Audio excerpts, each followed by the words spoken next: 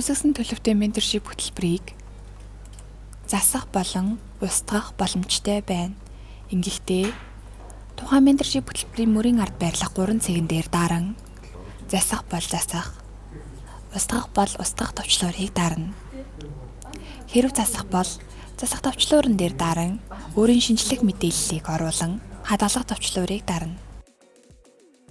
Амжилттай шинжилсэн тохиолдолд менторшип хөтөлбөрийг амжилттай шинжилдэг гэх тэмдэглэгээ гарч ирнэ. Нийтлэг товчлуурыг дарснаар үүсгэсэн төлөвтэй менторшип хөтөлбөр нийтлэгдсэн төлөвтэй болон шинжлэгдэнэ. Нийтэлсэн төлөвтэй менторшип хөтөлбөрийг мөн адил засах болон устгах боломжтой байна. Архивлсан төлөвтэй менторшип хөтөлбөрийг зөвхөн админ хэрэглэгч харах боломжтой ба суралцагчид харагдах боломжгүй.